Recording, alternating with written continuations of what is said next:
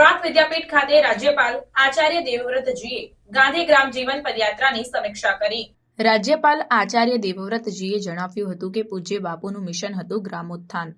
તેઓ વિદ્યાપીઠની સ્થાપના કરીને ફક્ત ડિગ્રી અને અક્ષર જ્ઞાન મેળવનાર વિદ્યાર્થીઓ ન હતા ઈચ્છતા। તેમનો ઉદ્દેશ્ય હતો કે વિદ્યાપીઠમાં અભ્યાસ કરનાર તમામ વિદ્યાર્થીઓ શૈક્ષણિક રીતે ઉન્નત હોવાની સાથે તેમનું શિક્ષણ દૈનિક જીવનમાં ઉપયોગી થાય અને અંત્યોદય માટે વિદ્યાનો લાભ પહોંચે। આ પૂજ્ય બાપુનો પરમ ઉદ્દેશ્ય હતો। ગુજરાત વિદ્યાપીઠ દ્વારા યોજાયેલી ગાંધી ગ્રામ જીવન પદયાત્રાની સમીક્ષાના કાર્યક્રમમાં પદયાત્રામાં સહભાગી થનાર તમામને શુભકામનાઓ પાઠવતા રાજ્યપાલે જણાવ્યું હતું કે દેશના ગામડાઓના લોકો મોટાભાગે ખેતીથી જોડાયેલા છે અને આ વખતે તમે તમારી સાથે પ્રાકૃતિક ખેતી પદ્ધતિનું જ્ઞાન અને તમારી વિદ્યા લઈને તેમની પાસે ગયા એ તેમને ઘણી ઉપયોગી સાબિત થશે।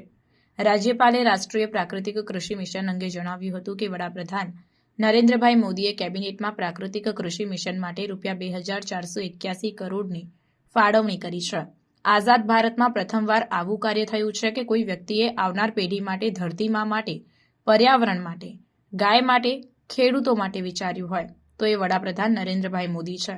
વડાપ્રધાને આ યાત્રા અંગે પણ જણાવ્યું તો તેમણે ઘણી પ્રસન્નતા અનુભવી છે।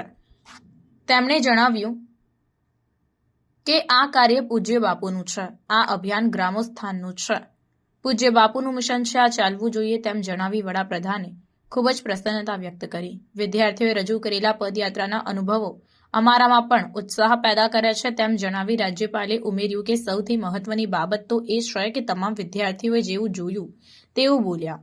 તેનાથી અમને પ્રાકૃતિક ખેતી પદ્ધતિ માટે ખેડૂતોમાં જે વાસ્તવિકતા છે તેની જાણકારી મળી। આ ખૂબ જ સારી વાત છે। ગાંધી ગ્રામ જીવન પદયાત્રાના સંયોજક અને કમ્પ્યુટર સાયન્સ વિભાગના અધ્યાપક ડોક્ટર અજય પરીખે પદયાત્રાના રિપોર્ટનું પ્રેઝન્ટેશન રજૂ કર્યું હતું। સૌએ ગાંધી ગ્રામ જીવન પદયાત્રાની કામગીરી દર્શાવતી દસ્તાવેજી ફિલ્મનું નિદર્શન કર્યું હતું। ગુજરાત વિદ્યાપીઠના કુલપતિ ડોક્ટર હર્ષદ પટેલે સ્વાગત પ્રવચન કર્યું હતું અને ગુજરાત વિદ્યાપીઠના કુલસચિવ ડોક્ટર નિખિલ ભટ્ટે આભાર વિધિ કરી હતી। આ બેઠકમાં પૂર્વ શિક્ષણ મંત્રી અને ગુજરાત વિદ્યાપીઠના ટ્રસ્ટી ભૂપેન્દ્રસિંહ ચુડાસમા, ગુજરાત વિદ્યાપીઠના અધ્યાપકો, કર્મચારીઓ તેમજ મોટી સંખ્યામાં વિદ્યાર્થીઓ ઉપસ્થિત રહ્યા હતા।